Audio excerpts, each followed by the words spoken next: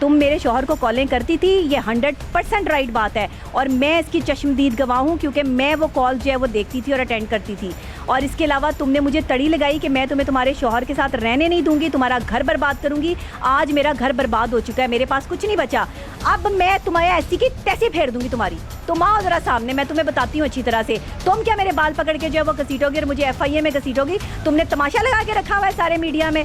तुम क्या समझती हो पूरा पाकिस्तान तुम्हें गालियां दे रहा है? मैं सिर्फ तुम्हें जो है वो गलत कह रही हूँ। तुमने मुझे जो है वो मासूम समझा हुआ है कि मैं यहाँ पर जो है वो चूड़ियाँ पहनकर बैठी हुई हूँ कि तू जो मर्जी करेगी और मैं तुझे कुछ नहीं कहूँगी। हद होती है, हर चीज़ की हद होती है और अब मेरी बर्दाश्त से बाहर हो चुकी है बात। बस जो बंदे को तुमने बर्बाद किया हो ना, तुम मुझे बहुत अच्छे तरीके से जानती हो। ये जो तुम बार बार कह रही हो ना कि तुम मुझे नहीं जानती, तुम मुझे ही जानती हो, इसलिए तुम मेरे ही पीछे पड़ी। तुम FIA में जो 2 लोगों का केस लेकर गई हो ना, ये केस ये मेरे पे कीचड़ उछाल रहे हैं और तुम्हारे पे सारा पाकिस्तान कीचड़ उछाल रहा है। पूरे पाकिस्तान को घसीटो। तुम्हारे पे सारे यूट्यूबर लान तान कर रहे हैं कि ये कोई बदमाश है और पूरा पाकिस्तान इसके अंडर है, ये जिस पे चाहे मर्जी जो है वो जो मर्जी एक्ट लगवा दे। सुनहरा महम की प्रेस कॉन्फ्रेंस के बाद डॉक्टर नबीहा की तपंग एंट्री, तमाम सवालात के तल्ख जवाबात, तमाम राजों से पर्दा उठा दिया। जानिए इस वीडियो में। आपकी पर्सनल लाइफ को वो इतना डीपली जानती है, ऐसे लगता है कि वो पंजाबी में कहते हैं मेरा लंगोटिया यार है। एक लंगोटिया यार होता है ना, एक लंगोटिया दुश्मन है। अच्छा। ये वो है। और मुझे बड़ी हंसी आई आज इसको जो है वो FIA के ऑफिस के बाहर देखकर कि देखिए वहाँ मौक़िफ़ क्या लेकर गई है कि मैंने कहा है कि मेरे मेकअप में इसने तेज़ाब मिला दिया था और इसने मेरा मुंह जला दिया। मैंने ये बात ही कहीं नहीं की कि मतलब मुझे समझ नहीं आ रही। वो वकील साहब जो साथ है, भाई आप कौन से वकील हैं, क्या कर रहे हैं आप इसके साथ? और ख़ुद भी मुस्कुरा के बता रहे हैं कि हमने डॉक्टर नबीहा के ख़िलाफ़ जो है वो FIA में दरख्वास्त दे दी है। अब एक कॉमन सेंस की बात है, मैं पढ़ी लिखी बंदी हूँ, मैं कोई जुनैरा थोड़ी हूँ। और सॉरी, हम इसको उस टाइम छिपकली कहते थे, तो ये हम कोई उस तरह से थोड़ी है जहरीली टाइप कि जो है वो इसको परेशान करेंगे। अब इसको इस पर भी बड़ी आग लगनी है क्योंकि मैंने इसका असल नाम बता दिया सबको।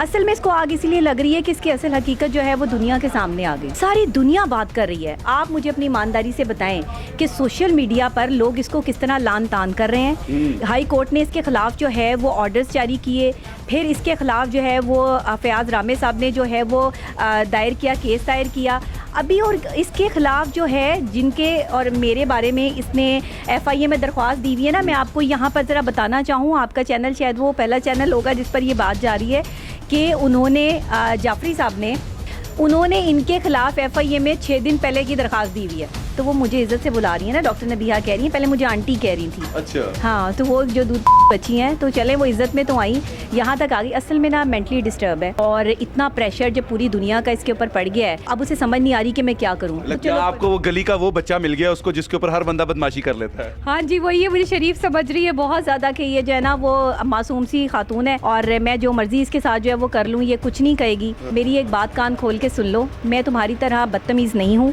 मैंने तुम्हारे खिलाफ़ कोई बदतमीज़ी जो है वो नहीं की। एक खातून के घर में जो है सुबह शाम उसको तंग करके रखा हुआ है आज से 10 साल पहले कि मेरे शौहर को जो है वो कह के मुझे बाहर भेज दो, मुझे इंडिया भेज दो। मैंने जाली करीना कपूर बन के जो है वहाँ नाचना है, क्या करना है अल्लाह जाने। वहाँ जाकर जो है वो क्या तमाशा लगाना था। इन्होंने मेरी ज़िंदगी इस वजह से जो है वो हराम की हुई थी। मेरी पर्सनल दुश्मनी ये है कि ये मेरे शौहर को कॉल्स करती थी।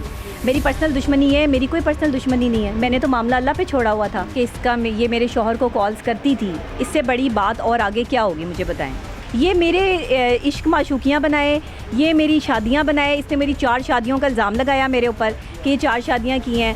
मैं आपको एक सच्ची बात बताऊँ, 2 साल हुए मेरे हस्बैंड की डेथ को और 2 साल में अगर एक औरत 4 शादियाँ कर सकती है तो फिर इसके मुताबिक जो है वो 4 शादियाँ हो गई होंगी। मुझे तो नहीं पता। पहले तो ये मेरी 4 शादियाँ साबित करेगी और जब मैं इसे घसीटूँगी तो, और फिर उसके बाद जो है वो ये मेरे सारे अफेयर साबित करेगी। ये सारे उन लोगों को जो है वो सामने लेकर आएगी जो इसने मेरे बारे में जो है वो कीचड़ उछालने की जो है वो कोशिश की है। क्योंकि अब इसके पास करने के लिए कुछ बचा नहीं है, तो रेटिंग तो उसने लेनी है ना, यूट्यूब चैनल तो उसने चलाना है, तो वो ऐसे चलाएगी, चलाओ और चलाओ। मेरे बारे में जितनी तुम्हें बातें करनी है खूब करो, जिसके साथ मुझे मिलाना है मिलाओ। पूरा पाकिस्तान देख रहा है इस टाइम, तुम्हें पूरा पाकिस्तान गालियाँ दे रहा है, बददुआएँ दे रहा है। ये नहीं FIA को पता तुम्हारे खिलाफ FIA में जिसके लिए तुम FIA में दरख्वास्त देने गई हो ना, जाफरी साहब के बारे में, उन्होंने 4 दिन पहले ही तुम्हारे खिलाफ दरखास्त दी हुई है, ये तो तुम्हें पता ही नहीं है। ये मेरा बाल भी बीका नहीं कर सकती, और अगर इसने मेरे बारे में जो है वो कोई और गंद बोलने की जो है वो कोशिश की तो इसको मुंह तोड़ जवाब जो है वो इसका दिया जाएगा। अभी तक मैं बिल्कुल खामोश थी कि मैं कह रही थी कि शायद इसको समझ आ जाए, ये आराम से जो है वो बैठ जाए, ये कोई जो है